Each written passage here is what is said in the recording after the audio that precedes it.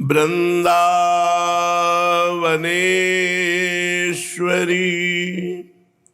तवैव पदारविन्दम्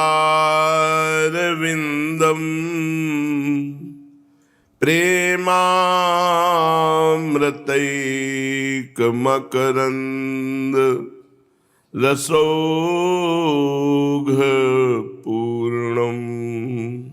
हृद्यर्पितं मधुपते स्मरतापमूग्रम्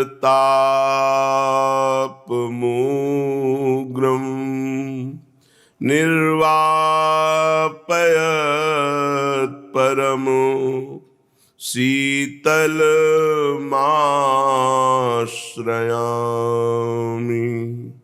निर्वापयत् परमो शीतलमाश्रयामि। परम सच्चिदानंद घन प्रेमानंद स्वरूप नवनिभृत निकुंज महामहिम परम पावन श्री वृंदावन धाम के लाड़िले प्राणाराध्य प्राणप्रिय श्री युगल सरकार श्यामा श्यामजू समस्त सहचरी वृंद खग मृग पशु पंछी तरुलता यमुना रस रानी रज रानी समस्त ब्रजवासी परिकर के चरणों में कोटिशः प्रणाम कोटिशः नमन नमस्कार। श्री स्वामिनी जी की अहेतुकी कृपा से हम सबको परमार्थ में चलने का सौभाग्य मिला है। परमार्थ का स्वरूप ही यही है, ना किसी की निंदा ना किसी की स्तुति, क्योंकि सब में हमारा प्रभु विराजमान है। हम किसकी निंदा करें और किसकी स्तुति करें जब एक ही इष्ट है जिसकी हम आराधना करते हैं, वही सर्व रूपों में है। तो हमारा जगत स्वामी है और हम पूरे जगत के सेवक हैं।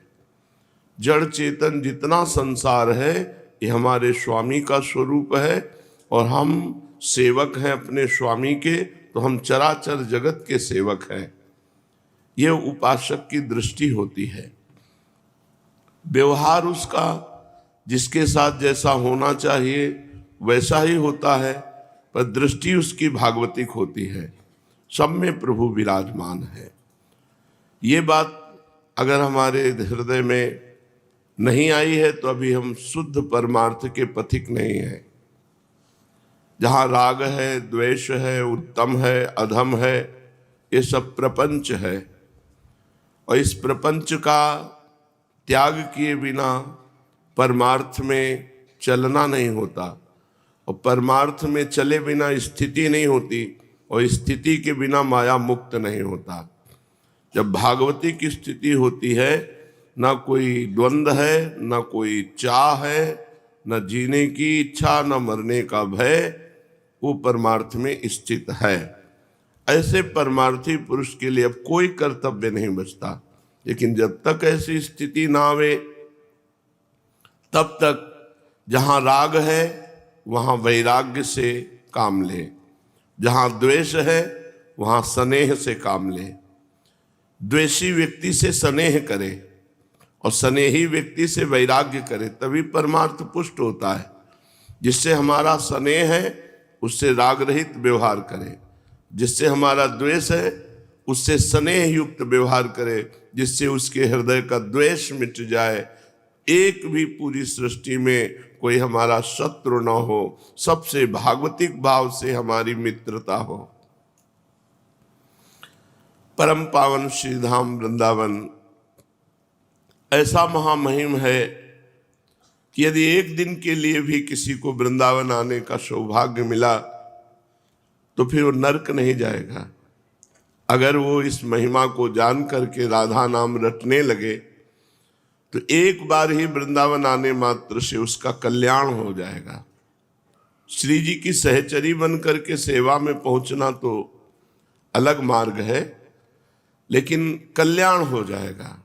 अगर वो जन्म भी लेगा तो श्रीवान कुलवानों के यहाँ जन्म लेगा और अगला जन्म उसका बहुत भक्तिपूर्ण होगा, जिससे भगवान को प्राप्त हो जाएगा।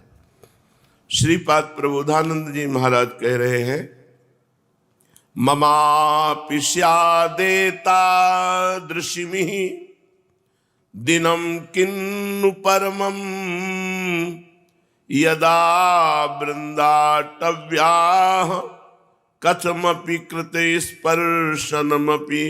कितनी अद्भुत महिमा। अहो देहं दूरादपि समवलोक्यांत जनुषाम मुहुर्धन्यम मन्ये धरणिपतितः श्याम कृतनति। श्रीपाद कह रहे हैं, अहो मुझ जैसे अधम को इसी जन्म में किसी दिन ये सौभाग्य प्राप्त हो, भाग्य उदय हो, लाडली जू की कृपा से मुझे वृंदावन आने को मिले और यहाँ किसी व्यक्ति का स्पर्श हो जाए वृंदावनवासी, या यहाँ किसी मंदिर, किसी वस्तु, यमुना जल, रजरानी, किसी एक का स्पर्श हो जाए। कृतम स्पर्शनमपि तो धन्याः, मैं परम धन्य हो जाऊं। सोचो आप वास करते हैं अखंड, आपके कितने बड़े भाग्य हैं। लाडली जू ने कितनी बड़ी कृपा कर दी। महिमा है कि इस जीवन में एक दिन यदि वृंदावन आ जाए, किसी वृंदावन वासी का स्पर्श कर ले, किसी वृंदावन के मंदिर में दर्शन करके प्रणाम कर ले, कहीं वृंदावन की रज में लौट जाए, यमुना जल का आचमन कर ले, बोले धन्य हो गया जीवन। एक बार वृंदावन की महिमा। अगर वृंदावन नहीं आ पाया और वृंदावन की महिमा सुनी दूर से, और मन लालायित हो गया कि धन्य है उनको जो वृंदावन वास करते हैं, धन्य है वो जो वृंदावन का दर्शन करके आए हैं, दूर से ही वृंदावन का ऐसा भाव किया, ऐसा चिंतन किया, तो कह रहे हैं मुहुर्धन्यम मन्ये धरण पतिता श्याम कृतनति। मैं उसे इतना पावन मानता हूं कि पृथ्वी में लौटकर उसको प्रणाम करता हूं, जो वृंदावन के लिए विकल हो गया। कोई वृंदावन से गया, कहाँ से आए हो भाई? हम तो वृंदावन गए थे। अच्छा, बिहारी जी के दर्शन किए, अरे बड़ा आनंद।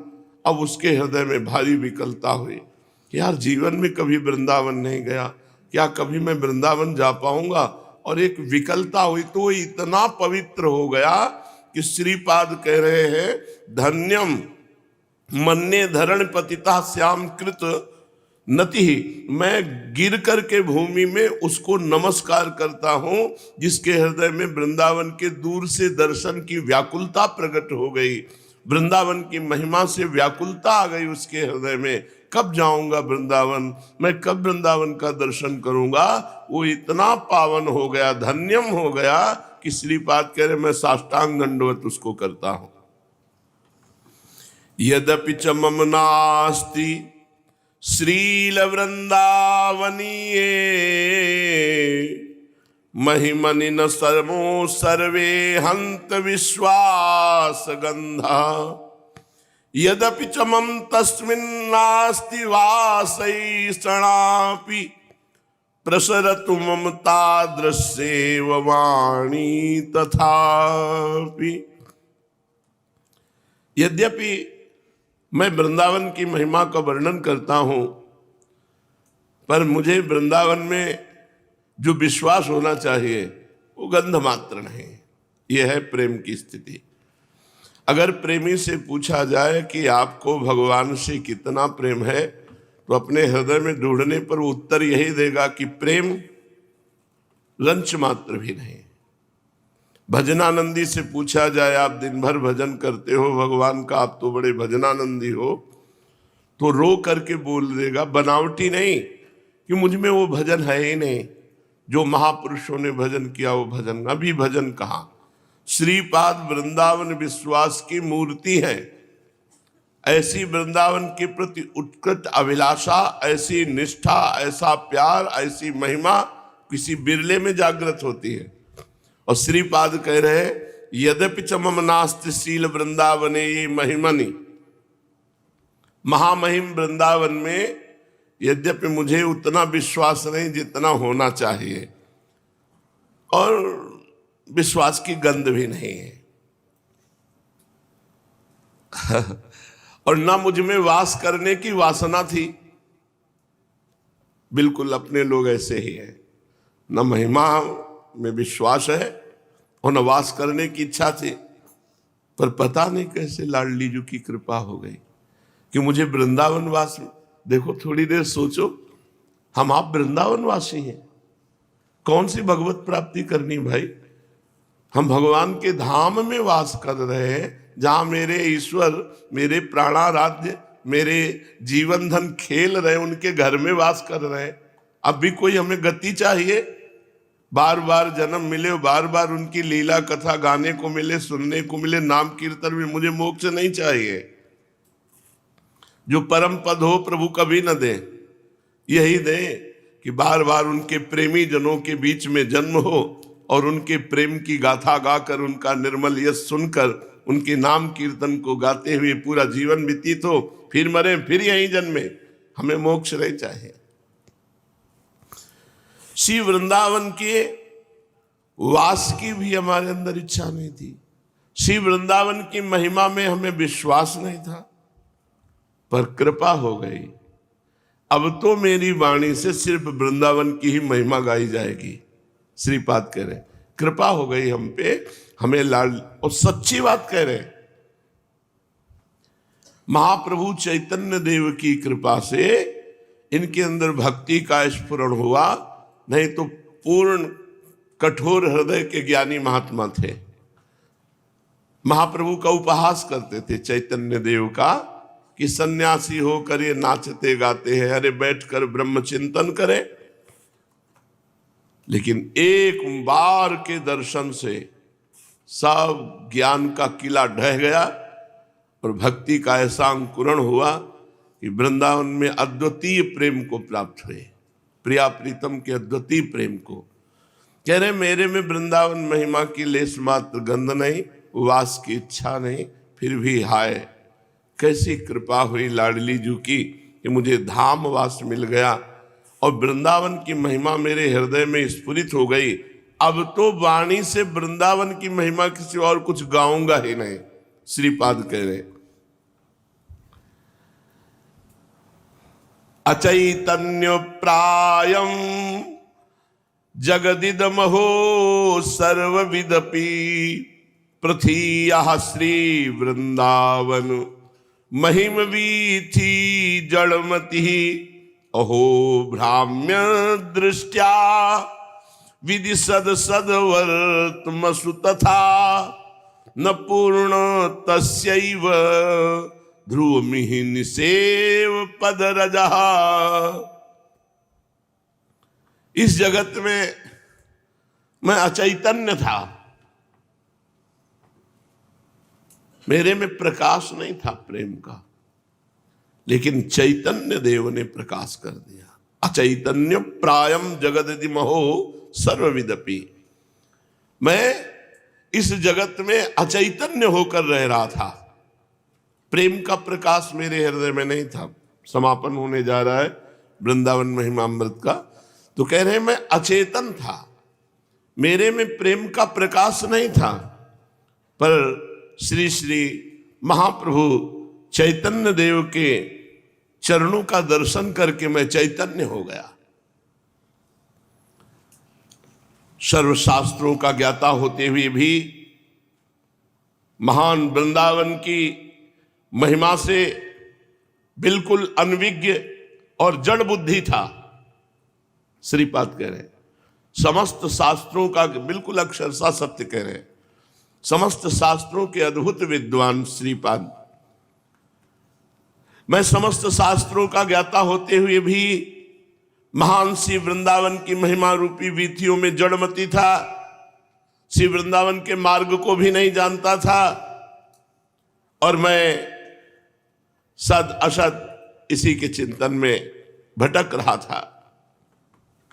आज मेरा मनोरथ पूर्ण हो गया। मैंने श्री वृंदावन की रज को प्राप्त कर लिया, अब मुझे कुछ नहीं चाहिए। ये विश्राम मिल जाना चाहिए। इस धाम की महिमा है कि यहां वास करने वाला यदि यही शरीर छोड़ दे तो यद गत्वा न निवर्तन्ते तद्धाम परमम मम। यहां शरीर छूटने के बाद फिर आना जाना मिट जाता है। इसकी महिमा है, धाम की अपनी महिमा है। अब मैंने वृंदावन की रज प्राप्त कर ली, अब मुझे कोई चिंता नहीं है। हा वृंदावन, हा महारस मैं प्रेमैक संपन्निधि, हा राधा रतिनागर स्मर कला साक्षिन मदेक प्रिय, हा रासेश्वर विश्वमूर्छन लतावल्ली खगाद्यद्भुत श्रीमन्हा प्रकृति परादपि पर त्वं मे गति, त्वं मे गति, तुम ही मेरी गति हो, तुम ही मेरी गति हो। हा वृंदावन, हा महारसमय, हा प्रेम संपत्ति के सागर वृंदावन, तुम ही मेरी गति हो, तुम ही मेरी गति हो। हा राधा, हा रतिनागर श्री कृष्ण, हा स्मर कला प्रेम क्रीड़ा के साक्षी वृंदावन, तुम ही मेरी गति हो, तुम ही मेरी गति हो। हा राशेश्वर, अपनी अद्भुत शोभा से प्रेम क्रीड़ा से विश्व को मूर्छित कर देने वाले श्याम सुंदर, हा वृंदावन की लता वल्ली खगादी, आप प्रकृति से परे वैकुंठ को भी लुभायमान करने वाली हो। वृंदावन की लता सम कोटि कल्प तरुणाई, रज की तुल वैकुंठ नहीं और लोक की माय। वृंदावन दुति पत्र की उपमा को कछुनाई, कोटि कोटि वैकुंठो ते सब कहे लगा। हा वृंदावन, हा राधा किशोरी, हा लालजू, हा लाडली लाल की केल के साक्षी वृंदावन, तुम ही मेरी गति हो। हा राशेश्वर, हा विश्वमूर्छन, अपनी शोभा से, अपने सौंदर्य से, अपनी केल से, अपनी वंशी ध्वनि से संपूर्ण विश्व को मूर्छित करने वाले हे वृंदावन के खगमृग, हे लता वृक्ष तरुपल्लव, आपकी महिमा आपकी कृपा से जानी जा सकती है। और आपकी कृपा से मैं जो जान पाया हूं तो एक ही निश्चय करता हूं कि अब वृंदावन ही हमारी गति है, वृंदावन ही हमारी गति है। नमोस्तु वृंदावन सुंदराभ्याम, नमोस्तु वृंदावन विभ्रमाभ्याम, नमोस्तु वृंदावन जीवना।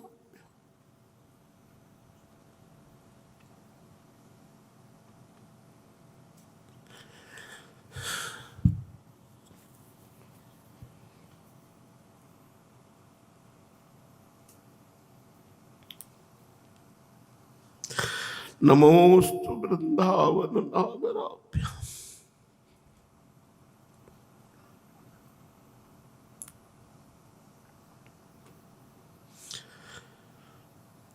वृंदावन के सुंदर युगल सरकार को नमस्कार। नमोस्तु वृंदावन सुंदराभ्याम, वृंदावन की जो सुंदरता है वो प्रिया प्रीतम है।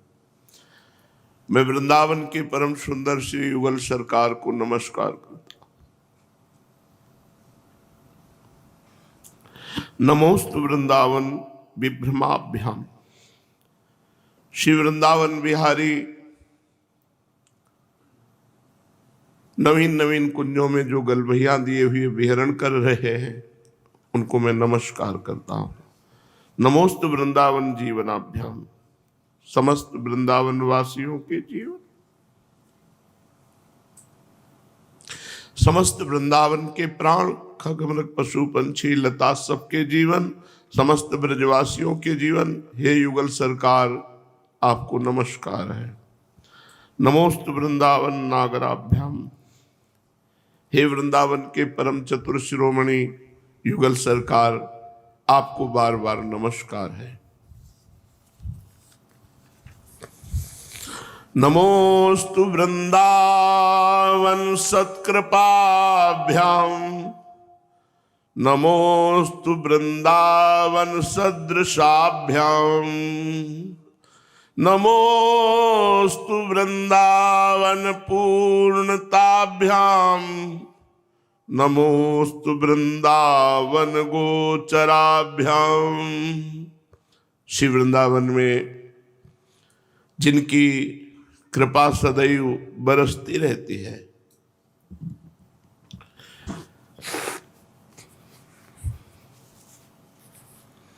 ऐसे श्री युगल सरकार को नमस्कार है। वृंदावन में जिनकी सदैव कृपा बरसती रहती है, ऐसे युगल सरकार को नमस्कार। जिनका महामाधुर्य रस वृंदावन में उच्छलित हो रहा है, जिनकी रूप गुण लीला करुणा माधुरी से वृंदावन को पूर्ण कर रही है, जो वृंदावन वासियों को साक्षात दर्शन देते हैं, उन श्री युगल किशोर श्री श्यामा श्याम को मेरा बारंबार नमस्कार है, नमस्कार है। उनके चरणों में मेरा बार बार प्रणाम है, प्रणाम है। वृंदारण्योत्तमं नास्ति, नास्ति मत्तोधमं क्वचित्, राधा नाम्नः प्रभावेण यदि स्यान्मेलनं तयोः।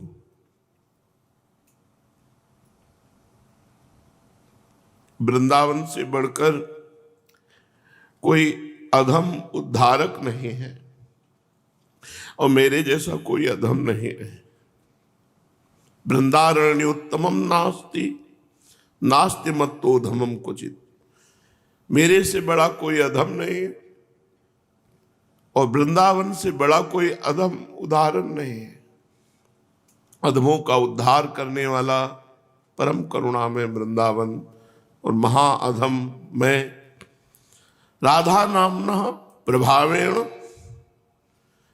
ये तो राधा नाम का प्रभाव जागृत हो गया। वृंदावन की कृपा से मेरी जिह्वा में, मेरे हृदय में राधा राधा राधा राधा नामना प्रभावेण। आश्चर्य की बात, मेरे अधम हृदय में महाप्रभु हरिवंश चंद्र जी कह रहे हैं, क्वाहम तुच्छः परम अधमः प्राण्यो गर्ह कर्मा यत्तन्नाम स्फुरति महिमा ह्रेस वृंदावनस्य। कहा मैं अधम अपराध करने वाला, तुच्छ, क्वाहम तुच्छः, कैसी दैन्यता है। कहाँ मैं तुच्छ अधम अपराध करने वाला और कहाँ महामहिम राधा नाम। ये राधा नाम जो मेरी हृदय में, मेरी जिह्वा में स्फुरित हो रहा है, वृंदावन की महिमा है। श्रीपाद कह रहे, कहाँ मैं अधम और कहाँ अधम उद्धारण वृंदावन और कहाँ महिम राधा नाम। ये राधा नाम का प्रभाव तो वृंदावन की कृपा से मेरी वाणी पे स्फुरित हुआ है। राधा नाम नः प्रभावेण यदि स्यान्मेलनं तयोः। श्री वृंदावन का संयोग वास कभी हमसे छूटे ना, राधा नाम हमारी जिह्वा में रहे। श्री वृंदावनेश्वर्याः सकृन्नामैकमङ्गलम् सर्वाश्चर्यानंत शक्ति मुखे विजयता ममो। श्रीमद्वृंदावनेश्वर्याः सकृन्नामैक मंगलम। श्री वृंदावनेश्वरी का नाम राधा एक बार जिसकी जिह्वा पे आ गया उसका परम मंगल। इसी श्लोक से वृंदावन महिमामृत को पूर्ण करते हैं श्रीपाद प्रबोधानंद जी। श्रीमद वृंदावनेश्वर्याः, महामाधुर्य रस प्रकाशित करने वाले श्री स्वामिनी जी श्री वृंदावनेश्वरी जी का सकृन्नामैक मंगलम, एक बार जो नाम उच्चारण कर ले राधा, उसका कभी अमंगल नहीं हो सकता। राधा नाम एक बार जीवन में ले लिया तो उसका कभी अमंगल नहीं हो सकता, समस्त मंगल उसे प्राप्त होते हैं। सर्वाश्चर्य अनंत शक्ति मुखे विजयता ममो, उसके जीवन में अनंत सुखों का, अनंत शक्तियों का प्रभाव प्रकाशित हो जाता है जिसके मुख में राधा नाम होता है। श्री राधा नाम, क्या बात है, आखिरी विश्राम श्लोक है। श्री राधा नाम मेरी जिह्वा पे सदा जय युक्त होकर विराजमान हो। जय जय श्री प्रबोधानंद सरस्वती विरचित श्री वृंदावन महिमामृत सप्तदशक शतक समाप्त। जय जय श्री जय वृंदावन, जय वृंदावन, जय वृंदावन, जय वृंदावन।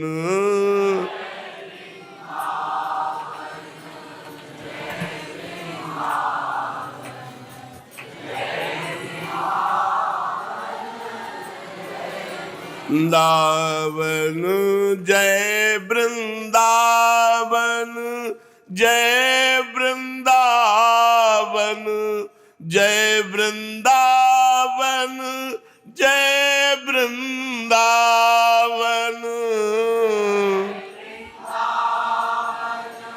जय वृंदावन,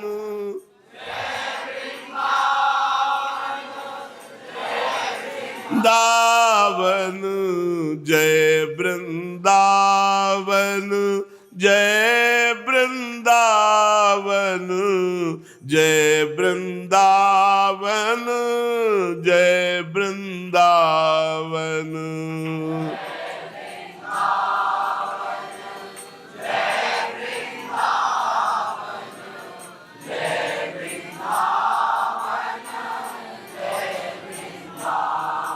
प्राण वृंदावन, जीवन वृंदावन, सर्वस्व वृंदावन, जय वृंदावन।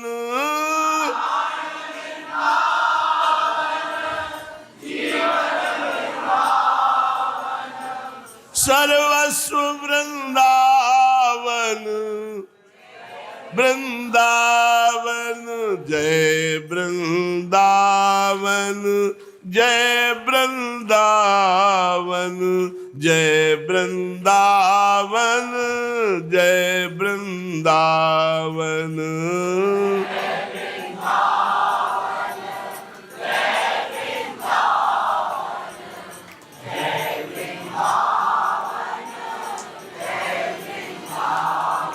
राधा करावचित पल्लव वल्लरी के, राधा पदांक विलसन मधुर स्थली के, राधा यशो मुखर मत खगावली के, राधा विहार विपिने रमता मनो में। श्री वृंदावन धाम की।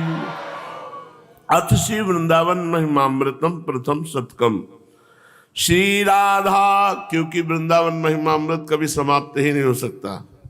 श्री राधा मुरली मनोहर पदाम्भोजम सदा भावयन, श्री श्री चैतन्य महाप्रभो पदरजः स्वात्मानमेवार्पयन् श्रीमद्भागवतोत्तमान् गुणनिधीनत्यादरादानमन् श्री वृंदावन दिव्य वैभवमहं स्तोतुं मुदा प्रारभे।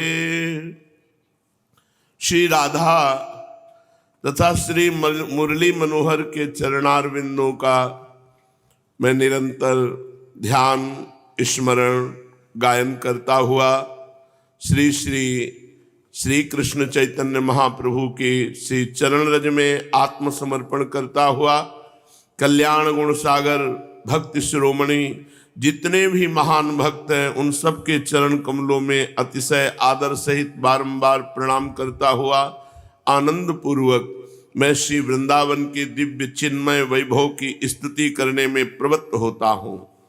ईशोऽपि यस्य महिमामृतं वारिरासे पारं प्रयातु मनलंबत तत्र केन्ने किंत्वल्पमप्यहमति प्रलयाद्विगाह श्याम धन्य धन्य इतमे समुपक्रमोऽयम्। जिस वृंदावन की महिमा को जो महान समुद्र के समान है भगवान शंकर ब्रह्मादि भी पार नहीं पा सकते, ईश्वर असमर्थ है, फिर मेरे जैसे के लिए ये कार्य कितना महान है, मैं क्या साहस कर सकता हूँ। किंतु अत्यंत कृपा होने के कारण, श्री जी की अत्यंत कृपा होने के कारण मैं प्रीतिपूर्वक इस वृंदावन महासमुद्र की महिमा का यत्किंचित वर्णन कर रहा हूँ और मुझे विश्वास है कि इसे जो सुनेगा वो धन्य धन्य हो जाएगा। इस महिमा को जो सुनेगा, हजारों लोग वृंदावन वासी हो गए इस वृंदावन में। हित धाम से लेकर जब से शुरू हुआ तो एक दो नहीं हजारों लोग वृंदावन वासी हो गए और 50,000 वृंदावन के आश्रित हो गए। 50,000 लोग वृंदावन के आश्रित हो गए और लाखों लोग करोड़ों लोग जानने लगे कि वृंदावन धाम की थोड़ी यत्किंचित महिमा प्रकाशित हुई तो करोड़ों लोग सुनने लगे हैं। ये वृंदावन महिमामृत श्रीपाद कह रहे हैं कि अगाध समुद्र है, ईश्वर की भी सामर्थ्य नहीं कि वर्णन कर सके। ईश्वर भगवान शिव ब्रह्मादि, फिर मेरी क्या सामर्थ्य है, पर मेरे ऊपर लाडली जी की कृपा हुई है, इसलिए इस प्रेम समुद्र का यत् किंचित किनका मैं वर्णन करता हूं, जो सुनेगा वो धन्य धन्य हो जाएगा। इसलिए मेरी ये चेष्टा है कि मैं वृंदावन की महिमा का वर्णन करूं और लोग इसे सुने और गुने और अपने हृदय में धारण करें। पूज्य श्री पंडित गया प्रसाद जी गिरिराज वाले बाबा के अमृतमय वचन जो साधक की साधनाओं को परिपक्व करके सिद्धावस्था को प्रदान करते हैं। भक्ति में स्नेह की आवश्यकता है। स्नेह तब माना जाएगा कि आपका भगवान से स्नेह है जब आप असरण होंगे, आपका कोई नहीं होगा। कोई यदि है आपके जीवन में प्रभु के सिवा तो अभी प्रभु से स्नेह में बाधा है। जब हम असरण हो जाते हैं, कोई हमारा नहीं, आगे पीछे जब देखो केवल प्रभु ही नजर आते हैं। जैसे महामहिम प्रेम मूर्ति श्री मीरा जी कह रही, मेरे तो गिरधर गोपाल दूसरो न कोई, दूसरा कोई नहीं। तब असरण शरण श्याम जू को बानो। प्रभु का एक सिद्धांत है, एक नियम है, एक बाना है कि जो सब जगह सब संबंधों को छोड़कर प्रभु की शरण में आ जाता है, भगवान उसे स्वीकार कर लेते हैं। हरिराम व्यास जी कह रहे हैं, असरण शरण श्याम जू को बानो। व्रत है उनका, नियम है। जो असरण होकर समस्त संबंधों का त्याग करके एकमात्र प्रभु की शरण, कितना सुख है। उस सुख का अनुभव तब होता है, असुविधा, तिरस्कार, अपमान कोई पास नहीं। तब आनंद आता है उनकी कृपा का, उनके संबंध का सुख तब अनुभव में आता है। असरण शरण श्याम जू को बानो, भगवान कृपा करें कोई हमारा न रह जाए, भगवान कृपा करें हमारे जीवन में कोई हमारा न रह जाए। वैसे सब लोग मांगते हैं भगवान कृपा करे सब हमारे सुरक्षित रहे, लेकिन हम ये चाहते हैं, बोले तुम्हारे है ही कौन है नहीं, तुम्हारे है ही कौन है, नहीं तुम्हारे जितने तो दो चार है, हमारे तो बहुत है। उदार चरिता नाम वसुधैव कुटुंबकम, पूरा विश्व हमारा है, क्योंकि विश्वात्मा भगवान हमारे हैं। नाते नेह राम के मनियत सुहृद सुसेव्य, जहां लो अंजन कहाँ आंख जय फूटे, बहुतक कहाँ लो। वो अंजन किस काम का जिससे आंख फूट जाए, वो संबंध किस काम का जिससे भगवान का संबंध फीका पड़ जाए। बड़ो बिरद पतितन को पावन, जिनका व्रत है, जय घोष है, पतितों को पावन करने वाले। बड़ो विरद पतितन को पावन, भक्त निहाथ बिकानो,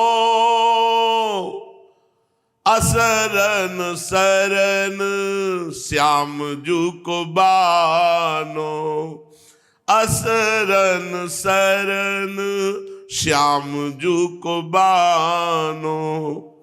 सुख नारद जाको यस गावत, शिविरंची उर्गानो, हित ही को हित मानत नागर, गनत नरंक नरानो, गनत नरंक नरानो, असरन शरण श्याम जू को बानो। शिव शनकादि बड़े बड़े महापुरुष जिनके चरणों का आश्रय लिए हुए हैं, वे प्रभु केवल प्रेम का संबंध मानते हैं। हित ही को हित मानत नागर, गनत रंक नारानो। कोई धनी है, निर्धन है, उच्च कुल का है, अधम कुल, ये सब भगवान ने।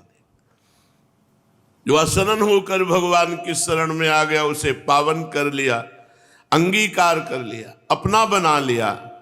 दया सिंधु दीननी को बांधो, प्रगट भागवत कहानो। रजधानी वृंदावन जाकी, रजधानी वृंदावन जाकी, लोक चतुर्दश थानो, असरण शरण श्याम जू को बानो, असरण शरण श्याम जू को बानो। दया सिंधु है प्रभु, जो दीन हो गया, निर्बल हो गया, उसको भगवान ने अपना लिया। ये भागवत साक्षी है। जिनकी राजधानी, जिनका घर वृंदावन है, समस्त लोक लोकांतरे आफिस है, लेकिन वृंदावन निज घर है। ऐसे ठाकुर को हो सेवक, कैसे और ही मानो। ये गर्व होना चाहिए, ये अभिमान होना चाहिए। मैं ऐसे ठाकुर, अब किससे, किसके आगे मैं सर झुकाऊं, किसके आगे हाथ फैलाऊं। सब दैन्य हैं विषयों के, हम दैन्य हैं प्रेम के। सब सेवक गुलामी कर रहे हैं विषयों की, हमें ठाकुर की सेवकाई का सौभाग्य मिल गया है। सब अपना मानते हैं, धन को, जन को, बल को, तप को। हम अपना मानते हैं अपने ठाकुर को। ऐसे ठाकुर को हो सेवक, कैसे और ही मानो। व्यास कलंक लगे तो जननी, जो न पितहि पहचानो, श्याम जू को बानो, असरन शरण श्याम जू को बान। जननी कहती है पिता है, अगर अब हम अपने पिता को पिता नहीं कहते तो कलंक लग जाएगा। ऐसे सदगुरुदेव ने बता दिया कि तुम्हारे जीवन धन प्राण धन ठाकुर है, अब ऐसे ठाकुर का दास हो कि किसकी तरफ देखो। तो भक्ति में स्नेह है। स्नेह कैसा? समस्त संबंधों से सबकी ममता ताग बटोरी, मम पद मनहि बांध बर डोरी। माँ भी, पिता भी, भाई भी, बंधु भी, रिश्ते नाते सब हमारे श्री हरि से है। तुमेव माता च पिता तुमेव बंधुश्च सखा तुमेव विद्या द्रविणं तुमेव सर्वम मम देव देव। मेरे जो कुछ है सब ठाकुर जी है, सब प्रियालाल है। ये स्नेह होना अत्यंत अनिवार्य है, तभी भक्ति मानी जाएगी। अगर ये स्नेह नहीं तो फिर भक्ति नहीं हो रही, आडंबर हो रहा है, नाटक हो रहा है, दंभ हो रहा है, दिखावा हो रहा है। भक्ति में आंतरिक स्नेह इष्ट देव के चरणारविंद में। ज्ञान, ज्ञान में समझ, न मैं स्थूल शरीर हूं, न मैं सूक्ष्म शरीर हूं, न कारण शरीर हूं। समझ आ गई, मैं आत्म स्वरूप हूं, मैं भगवत स्वरूप हूं। मैं इंद्रियों और मन का गुलाम नहीं हूं, मैं इंद्रियों और मन को प्रकाशित करने वाला हूं। मैं इंद्रियों और मन के शासन में चलने वाला नहीं हूं, मेरे शासन में इंद्रिया और मन चलने वाली हैं। ये समझ आ गई। ज्ञान में जिसकी ये समझ आ गई तो वो ज्ञानी। अगर ये नहीं समझ पाया तो समझ कर भी अज्ञानी ही है। वो अपने को भले ज्ञानी माने। जैसे स्नेह के बिना भक्ति नहीं, ऐसे समझ के बिना ज्ञान नहीं। वैराग्य, पूरे जगत में कहीं कुछ भी अच्छा ना लगे, एकमात्र भगवान, तो वैराग्य सार्थक हो गया। जगते भयो फिरे वैरागी, श्री वृंदावन रस में अनुरागी। कहीं कुछ न कोई व्यक्ति अच्छा लगता है, न कोई वस्तु अच्छी लगती है। कितनी देर कोई व्यक्ति हमारे पास रहेगा, कितने दिन रहेगा, आखिरकार मरेगा तो है ही। तो ऐसी मित्रता किस काम की?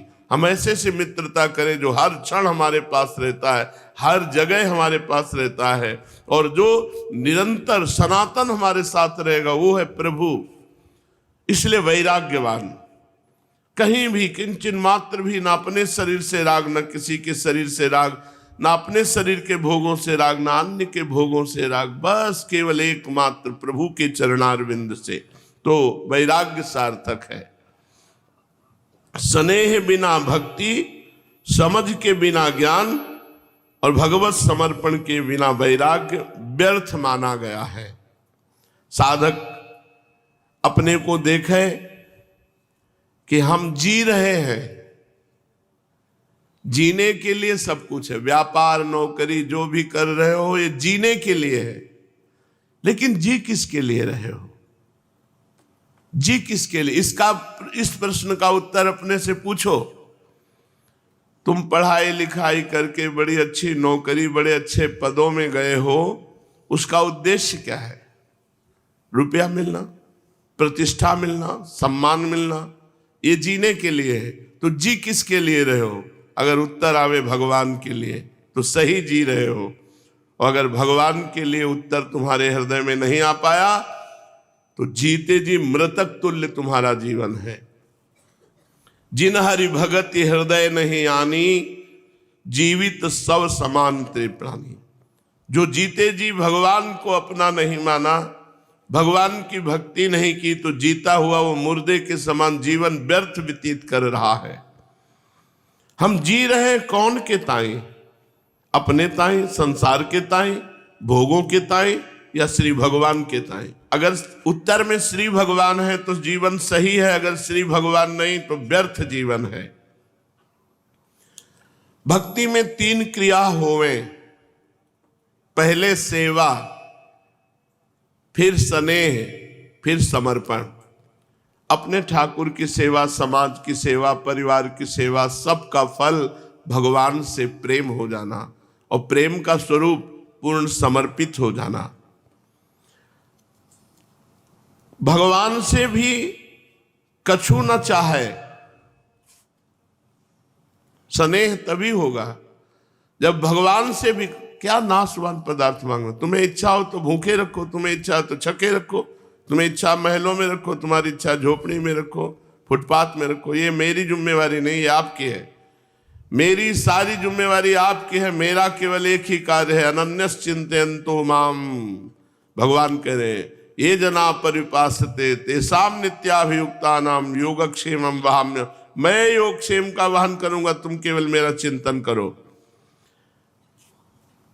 साधक कछु न चाहे और कछु न राखे अपनो, सब भगवान को समर्पित कर दे। भगवान से कछु न चाहे और सब कुछ अपनो भगवान को समर्पित कर दे। और कछु न राखे, अपने स्नेह वाली ना कोई वस्तु है, न व्यक्ति है, न स्थान है, सब श्री भगवान का है। और भगवान से कुछ चाह नहीं तो बहुत जल्दी प्राणनाथ वाके हृदय में स्फुरित हो जाए। बहुत जल्दी भगवान उसके हृदय में साक्षात्कार करा देते हैं। समय को इतना लगन पूर्वक अपनी साधना में लगाए दो कि साधना में अवकाश ना मिले कि अब भाई हमारा काम हो गया, अब हम तो हमारी छुट्टी, घंटे 2 घंटे 4 घंटे हम मनोरंजन कर सकते नहीं। अगर साधक से पूछा जाए कि तुम्हारे पास कब समय है, हम आपसे मिलना चाहते हैं, तो उसका उत्तर होना चाहिए समय ही नहीं है, हमारे पास 1 मिनट समय नहीं है। हाँ, अगर हम आपको समय देंगे तो अपनी दिनचर्या को बाधित करके समय देंगे। अवकाश साधक को अनर्थ को मूल है। समय साधक को नष्ट कर दे है और समय साधक को उठाई दे है। साधक के पास किसी अन्य के लिए समय ही नहीं होना चाहिए, है ही नहीं हमारे पास समय। हमारी साधना में हमारे पास 1 मिनट भी खाली समय नहीं है, तो वो साधक अध्यात्मवान है। और जो ये कि गुरु जी ने कहा 11 माला कर लो, इसके बाद फुर्सत हमारी 12 पद 84 जी के पढ़ना, 11 माला गुरु मंत्र के करना, इसके बाद फुर्सत, वो साधक नहीं है, वो साधक नहीं है। उसको जो फुर्सत मिली उस फुर्सत में वो असाधन करेगा और भ्रष्ट हो जाएगा।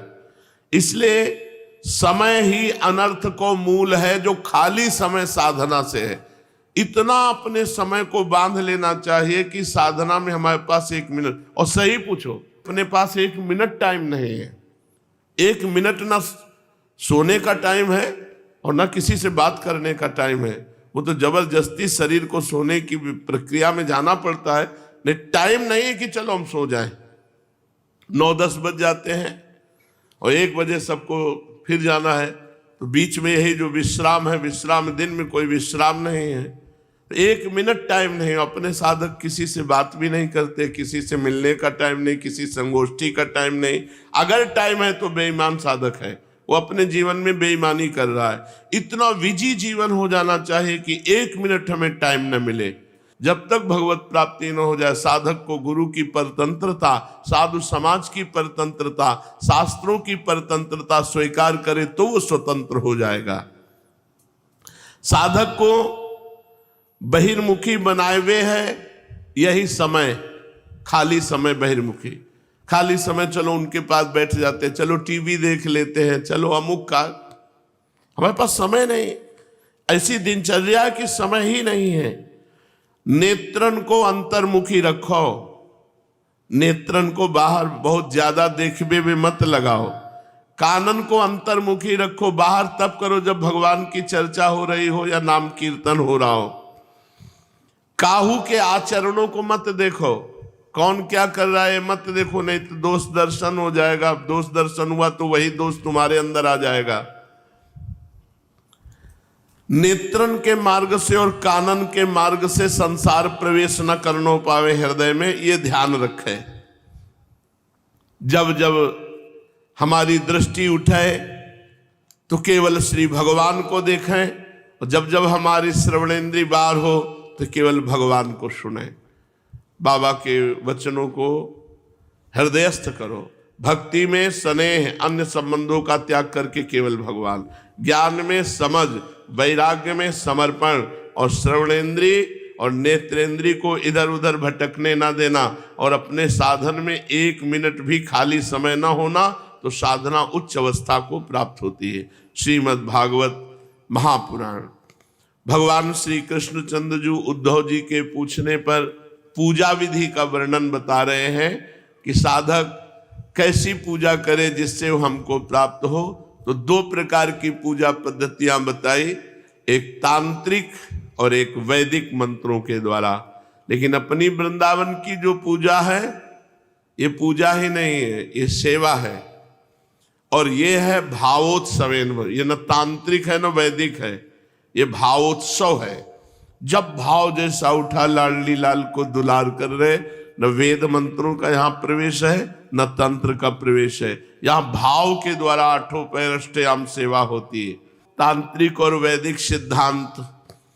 उपासक पहले पूजा की सामग्री इकट्ठी कर ले, फिर इस प्रकार कुशा बिछाए कि कुशा के अगले भाग पूर्व की ओर हो। आज तक हमें यहां दिशा पता नहीं चली, हमें दिन का पता नहीं, कौन सा दिन, सच्ची कह रहे, तारीख का पता नहीं, आज तक दिशा का पता नहीं चला। ये कौन सी दिशा में बैठे हम? भगवान कह रहे हैं कि पूर्व की ओर कुशा का अग्रभाग करके बिछावे, तदनंतर उत्तर की ओर मुंह करे और अचल प्रतिमा हो तो उसके सामने बैठना चाहिए। जैसे अचल प्रतिमा है तो सामने बैठना। फिर पूजा कार्य प्रारंभ करे, पहले अंगन न्यास कर ले, फिर करन न्यास कर ले, फिर मूर्ति में मंत्र न्यास करे। प्रतिमा में पहले जो समर्पित सामग्री उसको हटा ले, पोंछ दे। इसके बाद जल से भरे हुए कलश और प्रोक्षण पाद आज की पूजा गंध पुष्प आदि से करे। प्रोक्षण पात्र के जल से पूजा सामग्री और अपने शरीर को पवित्र करे। तदनंतर पाद्य, अर्घ और आचमन के लिए 3 पात्रों में कलशे में जल भर कर रख ले, उनमें पूजा पद्धति के अनुसार सामग्री डाले। पाद्य पात्र में आचमन के लिए 3 पात्रों में कलशे में जल भर कर रखे और जो पाद्य पात्र है उसमें सांवे के दाने, दूब, कमल, विष्णुक्रांता, चंदन, तुलसी दल और अर्घ पात्र में गंध, पुष्प, अक्षत, जौ, कुश, तिल, सरसों, दूब, आचमन पात्र में जायफल, लौंग ये डाले। इसके बाद पूजा शुरू करे। ये वृंदावन धाम है महाराज, यहाँ सब नहीं, यहाँ तो प्रेम की उपासना है। इसीलिए वृंदावन की लीला मत समझो गुरु को चिलाया, ऋषि मुनि गए हार जपे जा राधे राधे। इसके बाद पूजा करने वालों को चाहिए कि तीनों पात्रों को क्रमशः हृदय मंत्र, शिरो मंत्र, शिखा मंत्र से अभिमंत्रित करके अंत में गायत्री मंत्र से तीनों को अभिमंत्रित करे। इसके बाद प्राणायाम के द्वारा प्राणवायु भावनाओं के द्वारा शरीरस्थ अग्नि के शुद्ध हो जाने पर हृदय कमल में परम सूक्ष्म और श्रेष्ठ दीप शिखा के समान मेरी जीव कला का ध्यान करे। बड़े बड़े ऋषि मुनि ओमकार, आकार, उकार, मकार, बिंदु, नाद इन 5 कलाओं के अंत में उसी जीव कला का ध्यान करते हैं। वो जीव कला आत्मस्वरूपिणी है। जब उसके तेज से सारा अंतःकरण और शरीर भर जाए तब मानसिक उपचारों से मन ही मन उसकी पूजा करनी चाहिए। तदनंतर तन्मय होकर मेरा आवाहन करे और प्रतिमा आदि में मेरी स्थापना करे। फिर मंत्रों के द्वारा अंगन्यास करके उसमें मेरी पूजा करे। उद्धव जी मेरे आसन में धर्मादि गुणों और विमलादि शक्तियों की भावना करे। आसन के चारों कोनों में धर्म, ज्ञान, वैराग्य, ऐश्वर्य रूप 4 पाए हैं। अधर्म, अज्ञान, अवैराग्य और अनैश्वर्य ये चारों दिशाओं में डंडे हैं। सत्व, रज, तम रूप 3 पट्टरियों की बनी हुई पीठ है। विमला, उत्कर्षणी, ज्ञाना, क्रिया, योगा, प्रभि, सत्या, ईशाना, अनुग्रह ये 9 शक्तियां विराजमान हैं। उस आसन पर एक अष्टदल कमल है, उसकी कर्णिका अत्यंत प्रकाशमान है। पीली पीली केसरों की छटा निराली हो रही। आसन के संबंध में ऐसी भावना करके पाद्य, आचमनी, अर्घ आदि उपचार प्रस्तुत करे। तदनंतर भोग और मोक्ष की सिद्धि के लिए वैदिक और तांत्रिक विधि से मेरी पूजा करे। सुदर्शन चक्र, पांचजन्य, शंख, कौमोदकी, गदा, खड्ग, बाण, धनुष, हल, मूसल इन 8 आयुधों की पूजा करें। 8 आयुधों की पूजा करें। कौस्तुभ मणि, वैजंती माला, श्रीवत्स चिन्ह की वक्षा स्थल में यथास्थान पूजा करे। नंद सुनंद प्रचंड चंड महाबल बल कुमुद कुमुदेक्षणा, गरुण के सामने दुर्गा विनायक व्यास विश्वक्सेन चारों कोनों में स्थापना करके पूजन करे। बाईं ओर गुरु की यथाक्रम पूर्वा। अरे बहुत विचित्र लीलाएं हैं, सेवा पूजा मंत्र और सबका फल है प्रेम, और प्रेम की उपासना है। पूर्व दिशा में इंद्र आदि 8 लोकपालों की स्थापना करके प्रोक्षण अर्घ ध्यान और क्रम से उनकी पूजा करनी चाहिए। प्रिय उद्धव, यदि सामर्थ्य हो तो प्रतिदिन चंदन, खस, कपूर, केसर, अर्घादि सुगंधित वस्तुओं द्वारा सुवासित जल से मुझे स्नान कराए। उस समय सुवर्ण घर्म इत्यादि, सुवर्ण घर्मानुवाक, जितम ते पुंडरीकाक्ष इत्यादि महापुरुष विद्या, सहस्त्र शीर्षा पुरुषाः इत्यादि पुरुष सूक्त, इंद्रम नरो नेमधितो हवंत इत्यादि मंत्रोक्त राजनादि सामगायन पाठ करता हुआ मेरी पूजा करे, स्नान आदि करावे। मेरा भक्त वस्त्र यज्ञोपवीत आभूषण पत्र माला गंध चंदन आदि से प्रेम पूर्वक यथावत मेरा श्रृंगार करे। उपासक श्रद्धा के साथ मुझे पाद्य आचमन चंदन पुष्प अक्षत धूप दीप आदि सामग्रियां समर्पित करे। हो सके तो गुड़ खीर घृत पूड़ी पुआ लड्डू हलवा दही और दाल ये विविध व्यंजनों का नैवेद्य लगावे। तभी तो बिहारी जो महाराज को जो भोग लगता है वो नारायण भी तरसते हैं, क्योंकि प्रेम से पूरित होकर जो ब्रजजन अर्पित करते हैं। अच्छा, भोग लगावे, दाल आदि से व्यंजन का भोग लगावे। अलियो फिर कह रहे दतुवन करावे, फिर उपटन लगावे, फिर पंचामृत से स्नान करो, फिर सुगंधित लेप लगावे, फिर दर्पण दिखावे, भोग लगावे। शक्ति हो तो प्रतिदिन मेरे पर्वों के अवसर पर नाचे गावे। देखो श्री जी की कृपा से अपने यहाँ पूरी दिनचर्या होती है। भगवत चर्चा होने के बाद मंगला आरती के बाद श्री जी का नाम कीर्तन नृत्य, फिर तुरंत स्नान श्रृंगार, पूरा 8 पैर की सेवा होती है। उद्धव जी तदनंतर पूजा के बाद शास्त्रोक्त विधि से बने हुए कुंड में अग्नि की स्थापना करे। वह कुंड मेखला गर्त और वेदी से शोभायमान हो। उसमें हाथ की हवा से अग्नि प्रज्वलित करके उसका परिसमूहन करे। वेदी के चारों कुशी कंडिका करके अर्थात चारों ओर 20-20 कुछ बिछाकर मंत्र पढ़ता हुआ उन पर जल छिड़के। इसके बाद विधि पूर्वक समिधाओं अनुवाधान कर्म करके अग्नि के उत्तर भाग में होमोपयोगी सामग्री रखे। प्रोक्षणी पात्र के जल से प्रोक्षण करे। तदनंतर अग्नि में मेरा इस प्रकार ध्यान करे। मेरी मूर्ति तपाए हुए सोने के समान दम दम दमक रही। रोम रोम से शांति की वर्षा हो रही। लंबी विशाल 4 भुजाएं शोभायमान है। उसमें शंख चक्र गदा पद्म विराजमान है। कमल की केसर के समान पीला पीला वस्त्र फहरा रहा है। सिर पर मुकुट, कलाइयों में कंगन, कमर में करधनी, बाहों में बाजूबंद झिलमिला रहे। वक्षा स्थल पर श्रीवत्स का चिन्ह, गले में कौस्तुभ मणि जगमगा रहे।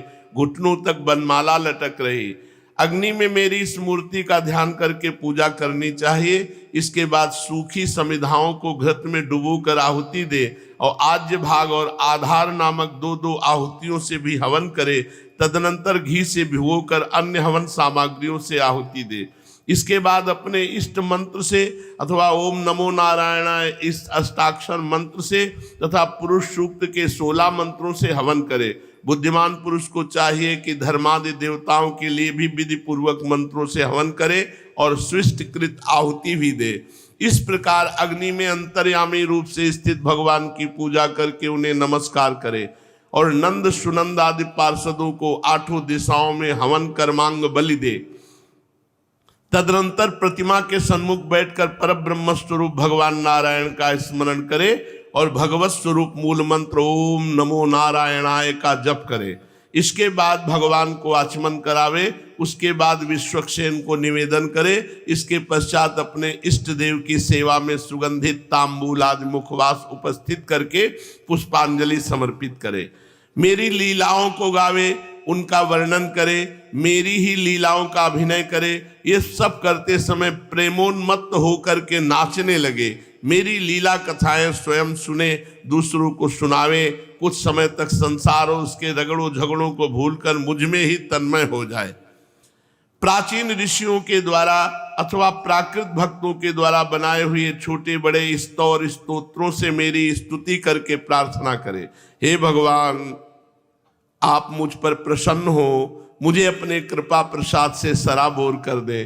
स्तुति करके तदनंतर दंडवत प्रणाम करे, अपना सिर मेरे चरणों में रख दे, दोनों हाथों से दाएं से दाहिना और बाएं से बायां चरण पकड़ कर कहे, हे भगवान इस संसार सागर में मैं डूब रहा हूँ, मृत्यु रूप मगर मेरा पीछा कर रहा है, मैं डर कर आपकी शरण में आया हूँ, प्रभु आप मेरी रक्षा कीजिए। इस प्रकार स्तुति करके मुझे समर्पित की हुई माला आदर के साथ अपने सिर पर रखे और उसे मेरा दिया हुआ प्रसाद समझे।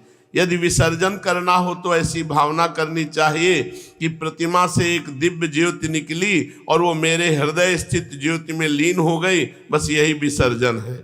उद्धव जी, प्रतिमा आदि में जब जहाँ श्रद्धा हो तब तहाँ मेरी पूजा करनी चाहिए, क्योंकि मैं सर्वात्मा हूँ और समस्त प्राणियों में तथा अपने हृदय में भी स्थित हूँ। उद्धव जी, जो मनुष्य इस प्रकार वैदिक तांत्रिक क्रिया योग के द्वारा मेरी पूजा करता है वो इस लोक और परलोक में मुझसे अभीष्ट सिद्धि प्राप्त करता है। यदि शक्ति हो तो उपासक सुंदर और सुदृढ़ मंदिर बनवावे, उसमें मेरी प्रतिमा स्थापित करे, सुंदर सुंदर मेरे लिए फूलों के बगीचे लगवा दे, नित्य की पूजा, पर्व की यात्रा, बड़े बड़े उत्सवों की व्यवस्था कर दे। जो मनुष्य पर्वों के उत्सव और प्रतिदिन की पूजा लगातार चलने के लिए मेरे मंदिर में खेत, बाजार, नगर अथवा गांव मेरे नाम पर समर्पित कर देते हैं, उन्हें मेरे समान ऐश्वर्य की प्राप्ति होती है। मेरी मूर्ति की प्रतिष्ठा करने से पृथ्वी का एक छत्र राज्य मिलता है, मंदिर निर्माण से त्रिलोकी का राज्य मिलता है, पूजा आदि की व्यवस्था करने से ब्रह्मलोक, तीनों के द्वारा मेरी समानता प्राप्त होती है। और जो निष्काम भाव से मेरी पूजा करता है उसे मेरा भक्ति योग प्राप्त होता है और उस निरपेक्ष भक्ति योग के द्वारा वो स्वयं मुझे प्राप्त कर लेता है। जो अपनी दी हुई या दूसरों की दी हुई देवता और ब्राह्मणों की जीविका हरण कर लेता है, करोड़ों वर्षों तक विष्ठा का कीड़ा होता है। जैसे आपने कि ये हम रुपया मंदिर में दे दिया, ये जमीन मंदिर में लगा दी या ये वस्तु लगा दी और उसके बाद वापस ले लिया, तो भगवान कहते करोड़ों वर्षों तक विष्ठा का कीड़ा होगा।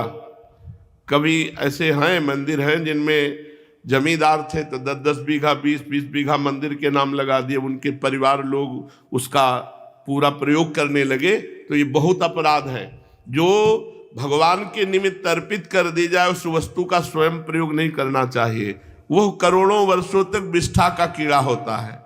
जो लोग ऐसे कामों में सहायता या प्रेरणा या अनुमोदन करते हैं वे मरने के बाद बड़े दुख के भागीदारी बनते हैं। यदि उनका अधिक हाथ रहा तो अधिक फल होता है, यदि कम रहा तो कम मिलता है। इस तरह मेरी पूजा करे और सावधानी के द्वारा मेरे को अपने आप को समर्पित कर दे तो मेरी प्राप्ति हो जाती है। शेष चर्चा आगे। श्री राधा वल्लभ लाल।